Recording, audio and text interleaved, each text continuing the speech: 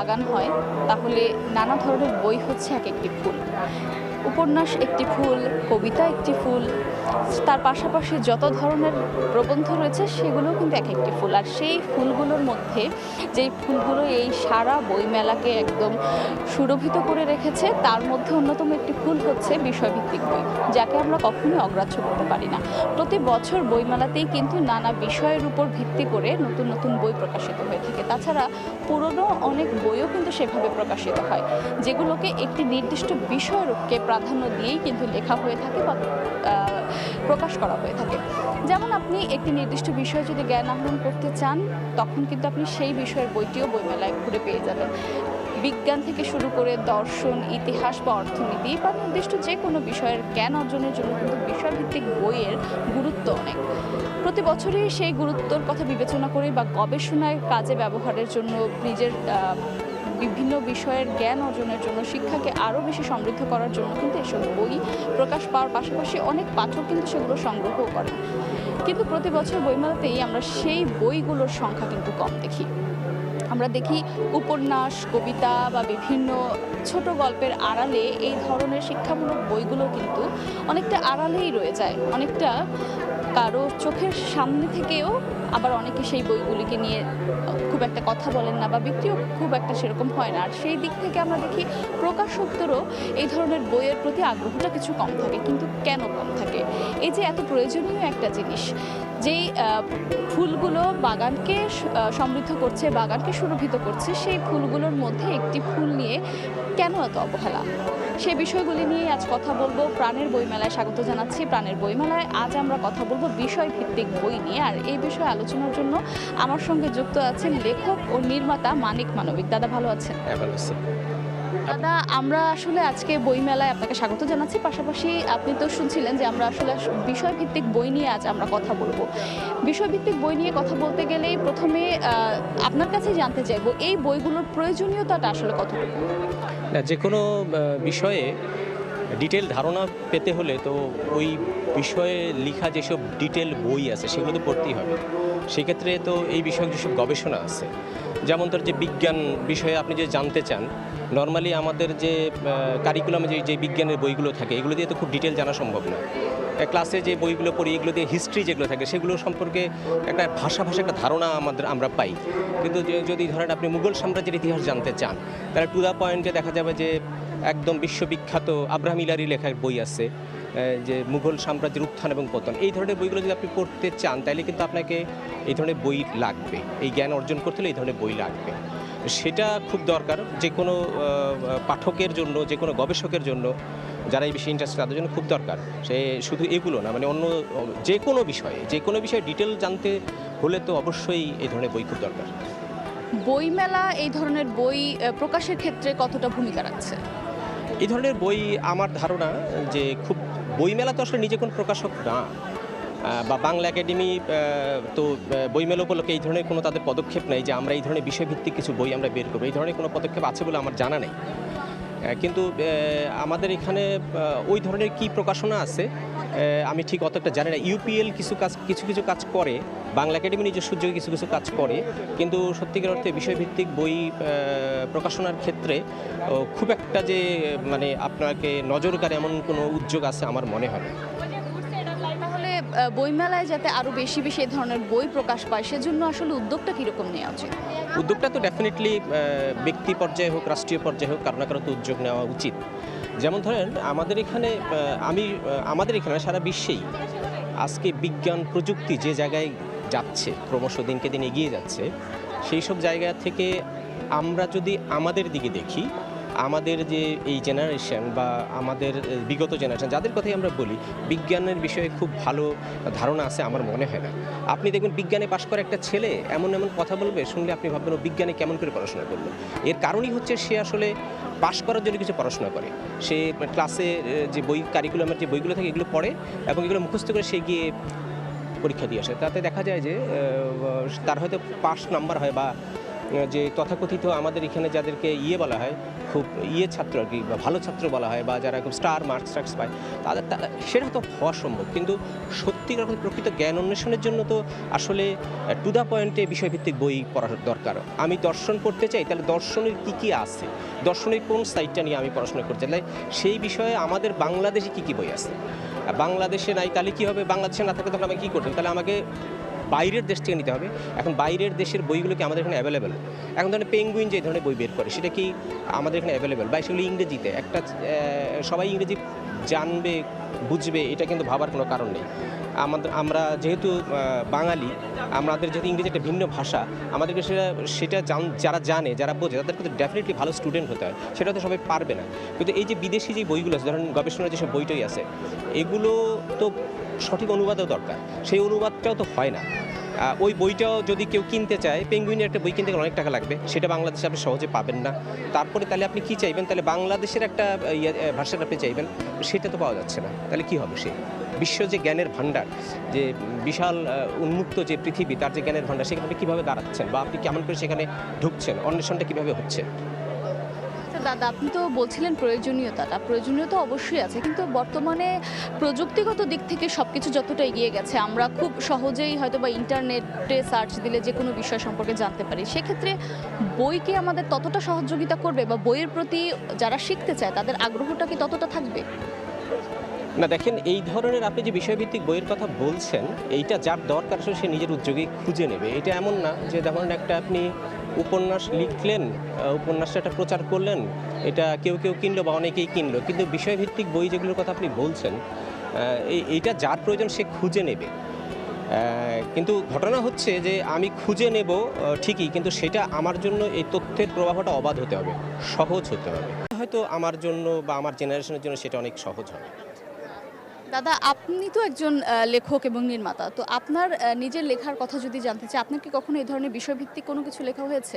না, আমি তো আসলে এক্সপার্ট নই, কোনো বিশেষ বিষয়ে আমি এক্সপার্ট নই। আমি পড়াশোনা করেছি বাংলায়, কিন্তু সেটা তো গড়পড়তা পড়াশোনা, এটা তো কোনো স্পেশালি আমি কিছু পড়িনি। বাংলা সাহিত্যে পড়াশোনা করা, নিজের মনের চাহিদা মেটানোর জন্য বাংলা পড়া, বাংলা সাহিত্য পড়া। হ্যাঁ, আমার ইতিহাসে ইন্টারেস্ট আছে, আমার রাজনীতির ইন্টারেস্ট আছে, সেগুলো আমি খুঁজে পড়ি। রাজনীতির বই, ইতিহাসের বই, দর্শনের বই আমি পড়ি, কিন্তু আমার নিজের আসলে ওইটা লেখার যোগ্যতা আছে কিনা আমি নিজেও জানি না। কারণ এইটা আপনার এই ধরনের যে কোনো বই লিখতে হলে কিন্তু একদম টু দ্য পয়েন্টে এই বিষয়ে পড়াশোনা থাকতে হবে। মানে এটা যেন পড়াশোনা হলে তো হবে না। আমি ধরেন ফিকশন লিখি, আমি যা খুশি তাই লিখে দিতে পারি, হ্যাঁ, দর্শককে একটা কল্পনার পৃথিবীতে ঠেলে দিলাম, অথবা আমার মতো একটা জিনিস ব্যাখ্যা করে দিলাম, সেটা এক জিনিস। কিন্তু আপনি বিজ্ঞানের বিষয়ে তো আমি মন করে কিছু বলতে পারবো না, দর্শনের বিষয়ে তো আমার মন করে কিছু বলার সুযোগ নেই, তাই না? বা পরিবেশ বিষয়ে আমি মন করা কেমন করে একটা কথা বলবো, সেটা কি বলা সম্ভব? সেটা তো বলা সম্ভব না। সেটা আমার সেই যোগ্যতাও নেই, আমি মনে করি না, বা আমার সেই রকম ইচ্ছাও নেই। আপনার ইচ্ছা নাই বলছিলেন, তবুও আমি জানতে চাইবো যে যদি কখনো আপনার ইচ্ছা বা সুযোগ আসে, কোন বিষয়ে লিখতে চাইবেন? আমি নিশ্চিত বিজ্ঞান বিষয়ে লিখতে চাইব, বিজ্ঞান এবং মহাবিশ্ব। এই যে আমাদের মানে আমাদের চিন্তার যে সীমানা, তা দিয়ে যেই মহাবিশ্বকে আমরা এখনও ছুঁতে পারি না, যেটা আমাদের কাছে এখনও অজানা এবং অনেক দূরের কিছু, সেটা সম্পর্কে সবার জানা দরকার। তাহলে হয় কি, আমাদের যে অজ্ঞতা আছে, আমরা কিন্তু সব কিছুই আমাদের ভাষা জ্ঞান, আমরা কিছুই জানি না, আমরা না জেনে নিজের মতো করে, বিশেষ করে আমরা খুব ফিলোসফি দ্বারা প্রভাবিত।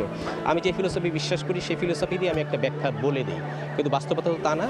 কারণ এক সময় তো মানুষ মনে করতো যে সূর্য পৃথিবীর চারিদিকে ঘোরে, কিন্তু আসলে পৃথিবী যে সূর্যের চারিদিকে ঘুরে, এটা তো গবেষণার বিষয়, তাই না? গবেষণা করেই তো একজন বলেছেন, তাই না? তো যারা বলেছেন তারা কিন্তু অনেক ধরনের নিগ্রহের শিকার হয়েছেন, নিপীড়নের শিকার হয়েছেন। কিন্তু আজকের যে পৃথিবী, সেই পৃথিবীতে নিগ্রহ করেন, নিপীড়ন করেন, সত্যটা তো গোপন থাকবে না।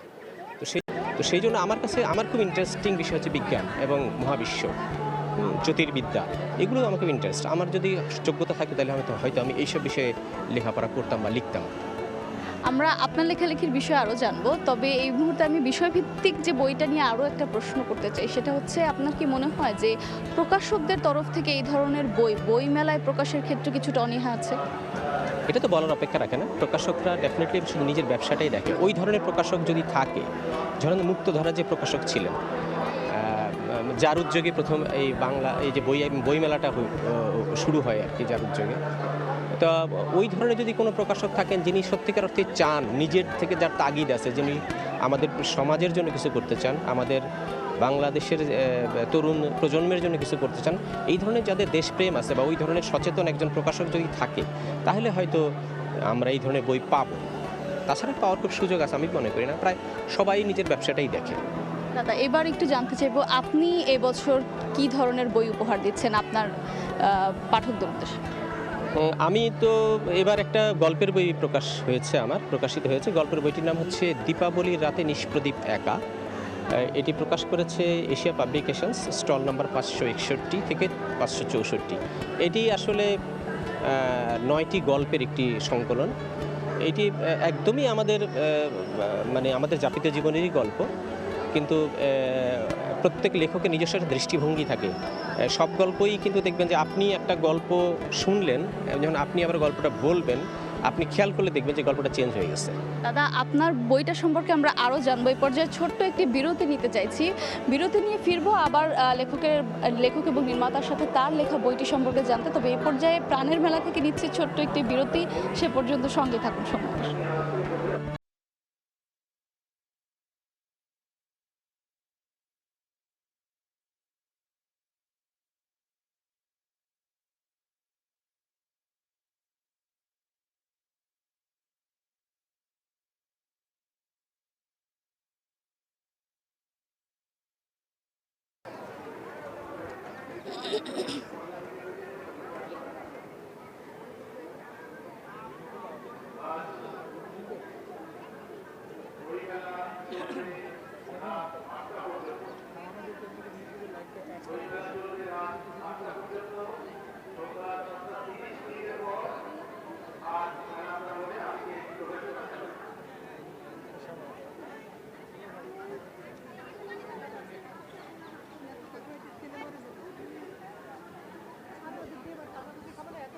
খেলে মরে যাবো।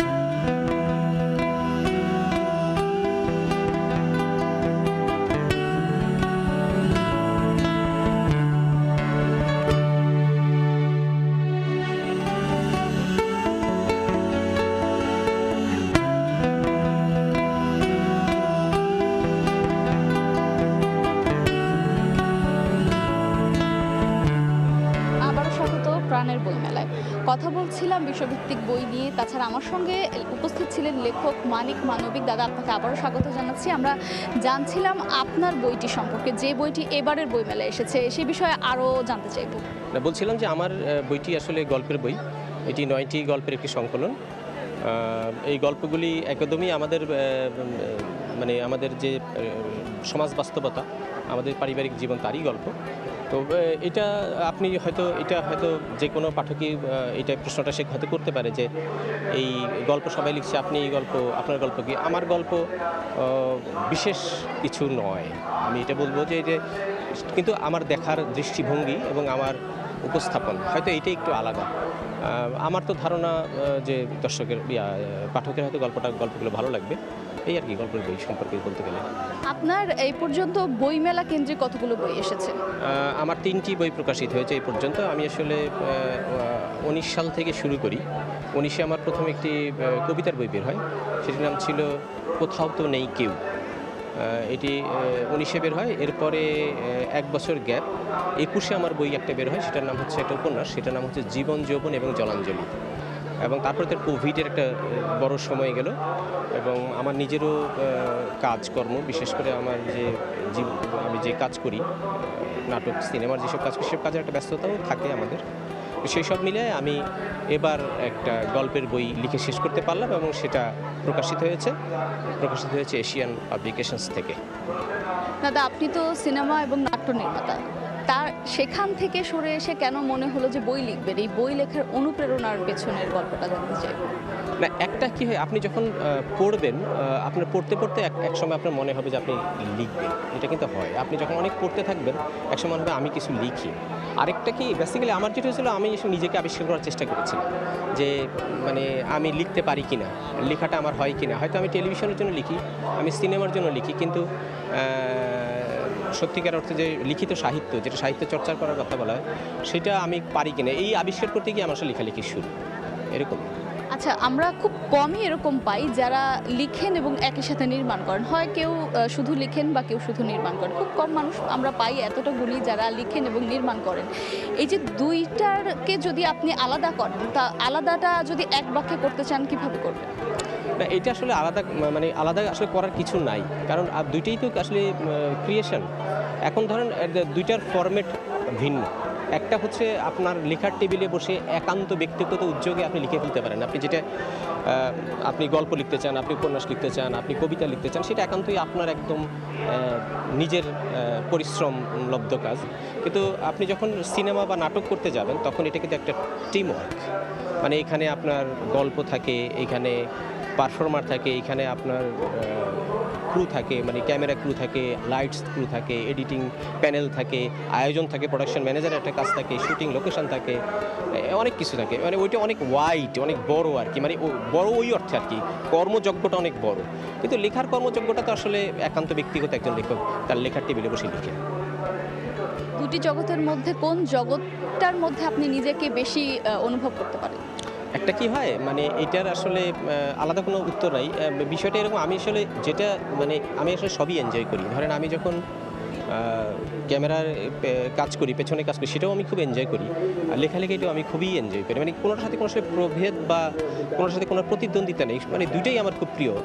বা শুধু এগুলো না, আমি অন্য আরও অনেক কিছু করি যেগুলো সবই আমার খুব প্রিয়। আপনার কখনো মনে হয়েছে যে আপনি একটা গল্প লিখেছেন যেটা আপনি নাটক তৈরি করতে যাচ্ছেন কিন্তু ঠিক সেভাবে ফুটিয়ে তুলতে পারছেন না? এই যে পারছিলেন না, এর কারণ কি হতে পারে? এটা তো হয়, এটা হবেই। মানে যে যে নাটক লিখে বা সিনেমার যে চিত্রনাট্য লিখে, সে যখন নিজে ডিরেকশন দিতে যায়, সে যা লিখে হুবহু সেটা হয় না। আবার যা সে করে আসে সেগুলো আবার হুবহু লেখা থাকে না। কারণ শুটিং স্পটে যাওয়ার পর দেখা যাচ্ছে আপনি অনেক কিছু চেঞ্জ করে ফেলেন, বা মনে হচ্ছে না, লেখার সময় মনে হচ্ছে না এটা তো করবো ভাবছিলাম, কিন্তু এটা তো এটা চাইতে এটা ভালো হচ্ছে। আপনি একটা তাৎক্ষণিক একটা সিদ্ধান্ত নিয়ে অন্য একটা কিছু করে ফেলবেন, সেটা হয়। আবার হয় কি, দেখা গেলো আপনি একটা লিখে নিয়ে গেছেন, কিন্তু ওখানকার টেকনিক্যাল কারণে, শুটিং ফ্রেন্ডলি না হওয়ার কারণে আপনি তখন বাধ্য হচ্ছেন ওগুলো বাদ দিতে। এগুলো কিন্তু হয়, এগুলো কিছু করা থাকে না, খারাপ লাগা থাকে, খারাপ তো লাগেই। আপনি ওয়ার্ল্ড ক্লাস যে কোনো সিনেমার ব্যাকগ্রাউন্ডের হিস্ট্রি যদি জানতে পারেন, দেখবেন যে এই ধরনের অতৃপ্তি একজন নির্মাতা থাকাটাই স্বাভাবিক, থাকাটাও উচিতও বটে।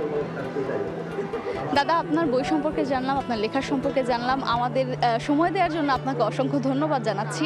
আমরা কথা বলছিলাম লেখক এবং নির্মাতা মানিক মানবিক দাদার সঙ্গে। তিনি আমাদের সঙ্গে সময় দিচ্ছিলেন, বইমেলা সম্পর্কে আলোচনা করছিলেন, বিষয়ভিত্তিক বই নিয়ে কথা বলছিলেন। বিষয়ভিত্তিক বই নিয়ে তো কথা হয়েছে, আলোচনা হয়েছে, এই বিষয়ের গুরুত্ব নিয়েও বলা হয়েছে। প্রতিটা বইমেলাতেই এর গুরুত্ব রয়েছে, কোনো একটা নির্দিষ্ট বিষয়ে জ্ঞান অর্জনের জন্য এর গুরুত্ব তো রয়েছেই বটে, এটা অনস্বীকার্য। পাশাপাশি বইমেলার খবর একটু জানিয়ে দিয়ে, আজ চলছে বইমেলার 20তম দিন। আর 20তম দিনে এসে কিন্তু বইমেলায় অনেকটা 21-এর আবহ রয়েছে। আগামীকাল অমর 21শে ফেব্রুয়ারি, আর সেই আবহ কিন্তু আজকের বইমেলায় দেখা যাচ্ছে। বইমেলায় এখন সন্ধ্যা নেমে এলেও বইমেলা কিন্তু একদম তারায় তারায় জমজমাট হয়ে আছে। যেমন প্রতিটি স্টলে আমরা লেখকদের ভিড় দেখছি, তেমনি প্রকাশকরা রয়েছেন, পাশাপাশি পাঠকরা তো আছেনই। সুতরাং বলা যায় সব কিছু মিলিয়ে একদম বইমেলা জমে উঠেছে। তাছাড়া আগামীকাল যেহেতু অমর 21শে ফেব্রুয়ারি, 21শে ফেব্রুয়ারি উপলক্ষে কিন্তু বইমেলায় এমনিতেও অনেক মানুষের ভিড় হয়। সবাই শহীদ মিনারে আমাদের ভাষা শহীদদের শ্রদ্ধা জানিয়ে কিন্তু সবার পায়ে পায়ে গন্তব্য একটাই হয়ে যায়, সেটা হচ্ছে অমর 21শে বইমেলা। আর সেটি আগামীকাল হতে যাচ্ছে। আমরা প্রত্যাশা করছি আগামীকালও বইমেলায় প্রচুর ভিড় হবে। লেখকদের পাশাপাশি পাঠকদের পাশাপাশি প্রকাশকরা উপস্থিত থাকবো আমরাও। জানাবো বইমেলার খবর। বইমেলা কিন্তু প্রতিদিন বেলা 3টা থেকে রাত 8টা পর্যন্ত খোলা থাকলেও শুক্র শনি বা ছুটির দিনগুলোতে পাশাপাশি 21শে ফেব্রুয়ারির দিনটাতেও কিন্তু আগামীকাল সকাল 11টা থেকেই বইমেলা খোলা থাকবে। সুতরাং বইমেলার যে বই কিনতে আসার যে একটা আনন্দ, সেই আনন্দ কিন্তু আপনারা আগামীকাল সকাল থেকে উপভোগ করতে পারবেন। বইমেলা তো চলছে, বইমেলার প্রতিটি বই এক একটা ফুল হয়ে প্রতিটি দোকানকে সুরভিত করছে, প্রতিটি স্টলকে সুরভিত করছে, প্রতিটি প্যাভিলিয়নকে সুরভিত করছে। আর সেই ফুলের মালি হিসেবে লেখকরা তো আছেনই, পাশাপাশি প্রকাশকরাও কিন্তু সেই বইমেলাকে একদম সুন্দর করে সাজিয়ে তুলেছেন। প্রতিটি স্টলে ভিড় রয়েছে, পাশাপাশি শিশু চত্বরেও কিন্তু ভিড় রয়েছে। শিশুরা, ছোট ছোট কোমলমতি শিশুরা কিন্তু বাবা মায়ের হাত ধরে বইমেলায় আসছেন। আমরা জানি বইমেলার আজ 20তম দিন। সেই ফেব্রুয়ারির 1 ফেব্রুয়ারি থেকে শুরু হয়ে আজ 20 দিন অতিবাহিত করে ফেলেছে অমর একুশে বইমেলা। আর 20তম দিনে এসে আমরা বলতেই পারি সিংহভাগ বই কিন্তু প্রকাশিত হয়ে গেছে। কারণ বইমেলার একদম শুরুর দিন থেকেই কিন্তু নতুন নতুন বই প্রতিদিনে প্রকাশিত হয়। সেখান থেকে বলা যায় এই পর্যন্ত কিন্তু সিংহভাগ বই প্রকাশিত হয়ে গেছে। তার মানে আপনারা যে বইগুলো বা পাঠকেরা যে বইগুলো সংগ্রহ করতে চাচ্ছেন সেই বইগুলো কিন্তু প্রতিটি স্টলেই আছে। আর লেখকরা তো আছেই, অটোগ্রাফের পাশাপাশি নির্দিষ্ট যে বইটি আপনাদের পছন্দ, পাঠকদের যে বইটি পছন্দ সেই বইটি কিন্তু কিনে নিতে পারবে। তো বইমেলার 20তম দিনে এসে মেলা জমে উঠেছে। লেখকরা আসছেন, পাঠকরা আসছেন, প্রকাশকরা আসছেন, আমরাও আসছি। তো এই ছিল 20তম দিনের প্রাণের অমর একুশে বইমেলা। আগামীকাল 21শে ফেব্রুয়ারির দিনও আমরা থাকছি প্রাণের মেলায়। দেখা হচ্ছে।